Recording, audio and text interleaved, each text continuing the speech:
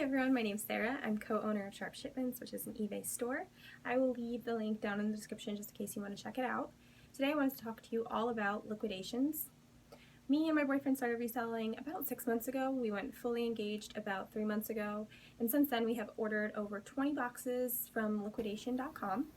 And we order a variety of items. We still haven't found our perfect niche yet, but we are in the process of figuring that out.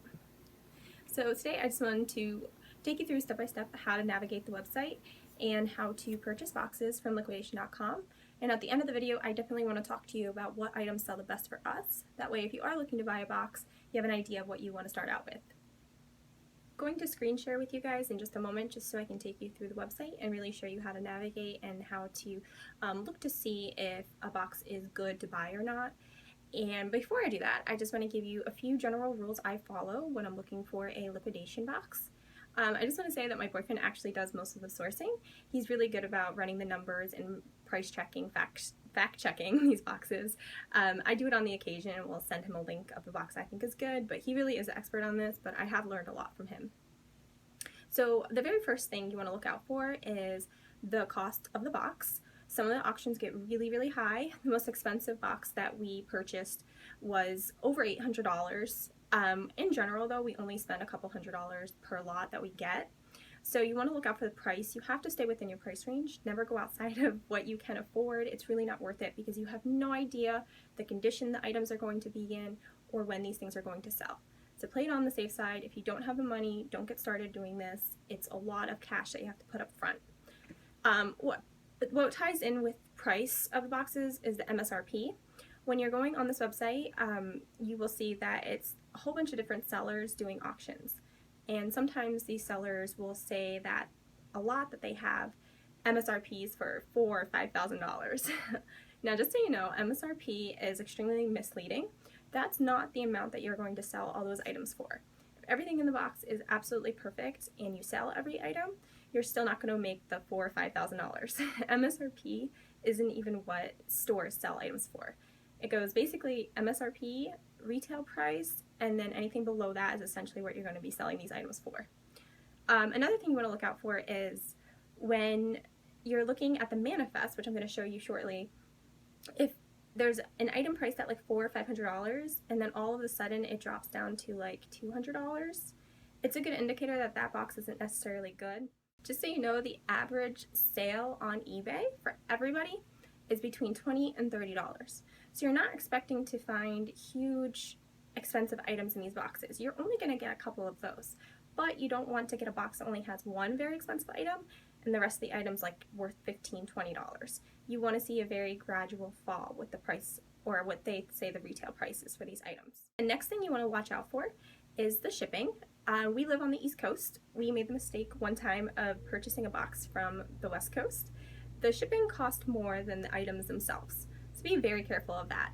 On the website, you can actually get a price quote, so if you see a box that you might be interested in but aren't sure if you want to put a bet in or place a bid in, you can actually get a shipping quote to see how much it will cost to have that item shipped to you.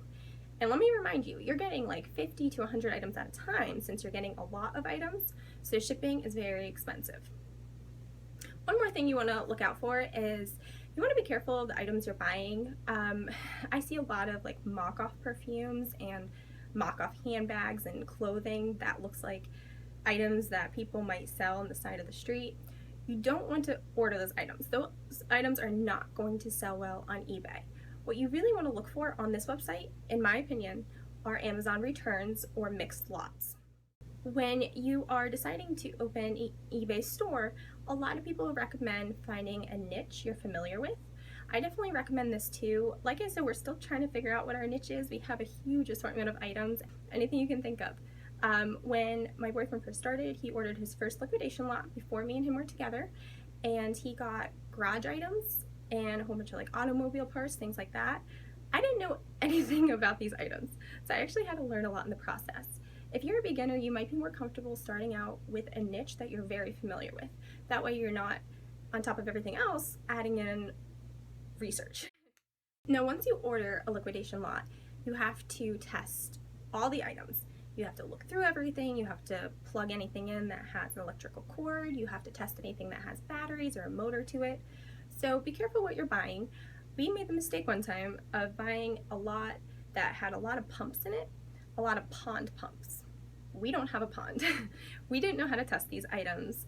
Luckily, only one of them didn't work. We found that out after we sent it to the buyer, but we completely refunded the buyer. We didn't make them send it back or anything. We apologized, and we did put in our listings initially that we couldn't test the item. So that, in my opinion, is a big waste of money. Pumps are very heavy, so it was very expensive to ship, and the fact that we had to completely refund them, getting nothing out of this, really made us lose out. So be careful what you're buying. Make sure you're able to test these things thoroughly. So I'm just going to take you through liquidation.com. You do need to create an account if you want to place any bids, but for now I'm just going to show you how to search for items and how to check them to make sure that they are a good box, and that if you're looking to do it, how you would go about it. So you just want to go to electronics. That's what we're going to look up today.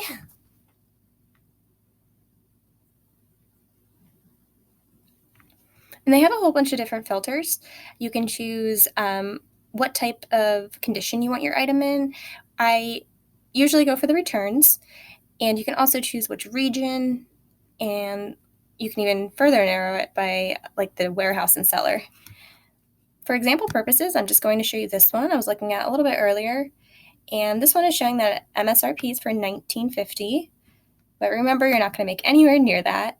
The current bid is at $150, and it's almost over, which is a good indicator that you're going to want to watch this one, because you don't want to place a bet super early on. You want to wait to see how high it goes up.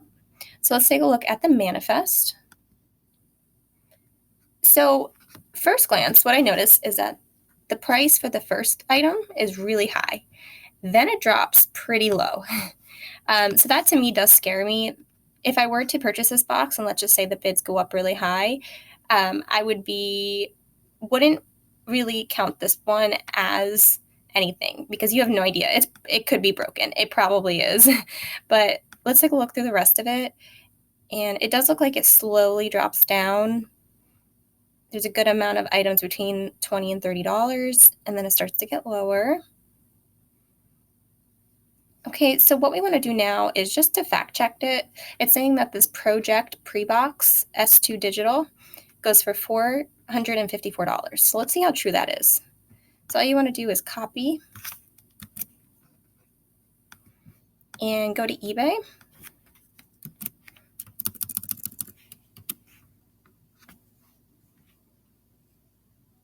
So they're saying that it goes for about $400 for brand new item. Remember, we don't know the condition of this item, so we can't just assume it's brand new. What I like to do then is go down to sold items. This will show what it's sold for recently. And so it does look like, okay, so this one sold recently. Okay, so they are steadily selling around the $300 mark. So let's take a look at that again. So it's a little off. It's saying it's about $150 more than what it's worth, which is, you're going to run into that a lot. But let's take a look at the next item.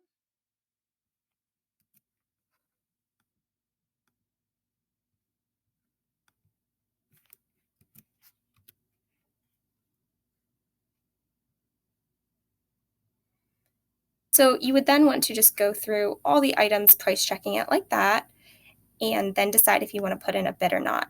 To me, it's a little bit hard to say if I would or not. The top item is obviously what you would be wanting to get this for, but since it's such a significant drop and that's the only top item that's really, really high price, and you don't know the condition, it's a risk, it's a gamble. We might bid on it if it doesn't go too high up.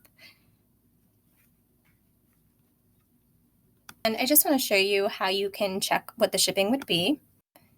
So you would want to, once you're on one of the auctions, go down to the bottom where it says shipping details, and you would just click on get a quote. And then you do have to sign in because that has all of your location information. But then after that, it would just essentially tell you how much it would cost to be shipped from UPS or UPS Freight. Now I'm just going to go through each category, and I just want to tell you how well they sell for us, just so to give you an idea if you might want to try selling these or not on eBay. So I'm going to start with clothing. Now there's a lot of YouTubers who do sell clothing on eBay. We have cut back severely on the amount of clothing we get just because we don't get a lot of clothing sales. We unfortunately don't live in a great area where our local thrift stores and yard sales have a lot of designer items, so we don't make a lot of clothing sales. There's a YouTuber by the name of Hustle at Home Mom, and she lucks out all the time. She always gets Tory Burch, like all kinds of really awesome designer products and clothing, and she does phenomenal with it. I'm pretty sure besides like a few car parts and a few other random things, she does solely clothing, which is great, but for us it doesn't sell well on eBay. And if we downloaded Poshmark and started an account on there, I'm sure we would have much better luck with clothing, but we are currently just focusing on eBay. Shoes. So shoes sell pretty steadily for us. We do flip a lot of shoes. So I would say that if you are interested in doing any kind of liquidation lots, that one good one to try are shoes. Shoes get returned from Amazon and get sent to this liquidation auction site, mainly because they are the wrong color or the wrong fit for the person, like the wrong size. Very rarely are there issues other than that. Every once in a while we'll get one that's a little bit worn, a little bit torn that we can't really sell, or one time we got a pair of shoes that each shoe was a different size. But in general, I really think that shoe lots are a great way to go. Books, so we haven't had much luck with selling regular books on eBay. However, textbooks do sell very well for us. Electronics are our #1 seller. That's what we've been stocking up on recently. The one thing I want to say about electronics are, one, you have to test them, so make sure that you are able to and that you're capable of doing that. And also, some electronics are a little bit too heavy for us. So if you are an eBay seller or you want to get started, you're going to know that shipping is your worst enemy. It's very expensive. So I recommend starting out with smaller electronics, especially because it's going to be much easier to ship. Household and kitchen appliances. I have a love-hate relationship with household and kitchen appliances. I hated them at first, and I'm not a numbers person. My boyfriend is, but I'm definitely not. But after I ran the numbers, I realized that kitchen and household appliances was one of our best sellers, right underneath electronics. So the reason I don't necessarily like them are because they're heavy. You know, you're getting like a plastic, let's just say toaster oven that has like metal and plastic in it. It's pretty heavy to ship, and the profit margin's so small. Basically, you're competing with Amazon essentially. So if Amazon is selling this particular toaster for $30 plus free shipping, then you have to sell for that to match it or a little bit less. So after shipping, we basically make only about $4 to $5 per household appliance. So they do sell steadily. I just don't think there's a huge room for profit margin. So you have to take, you have to look at the good and the bad for that. Healthcare and beauty items. So healthcare and beauty items don't sell very well for us. They are also usually chemicals like shampoos, conditioners, things like that. I am very, very nervous about shipping chemicals. I wrap them, I bubble wrap them, I tape them, I put paper around them, I put them in a safe box. But if you happen to have a leak from one of your packages, that's a federal fine. So they are nerve-wracking for me. They sell not super quick, but I have made some sales on health and beauty items. So do what you're comfortable with. If you would be scared of possibly getting in trouble if something happens with a spill, then don't take the risk, in my opinion. But if you have, let's just say, a great way to get these health and beauty products really cheap and you feel very confident in selling them, just make sure you're packaging very carefully.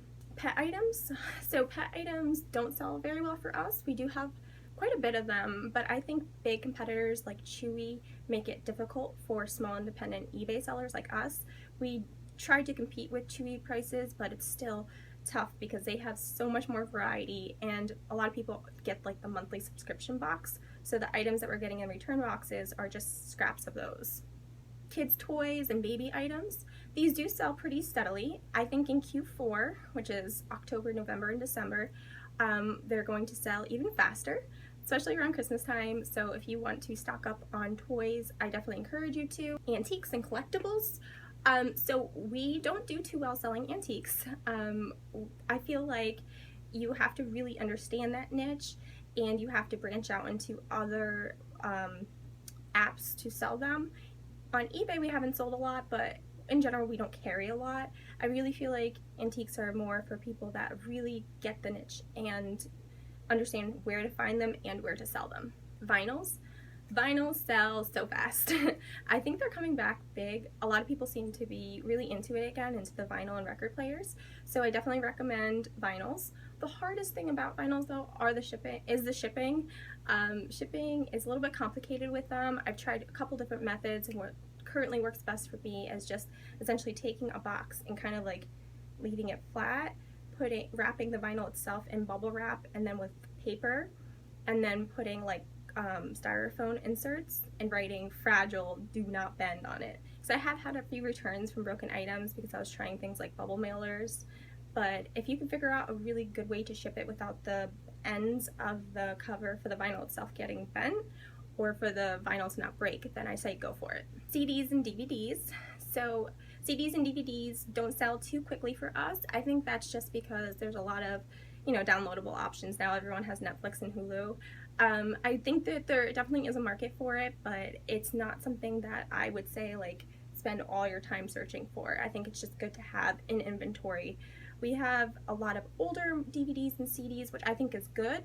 A lot of people get nostalgic and want to try to find some things that they used to listen to, so they will order them.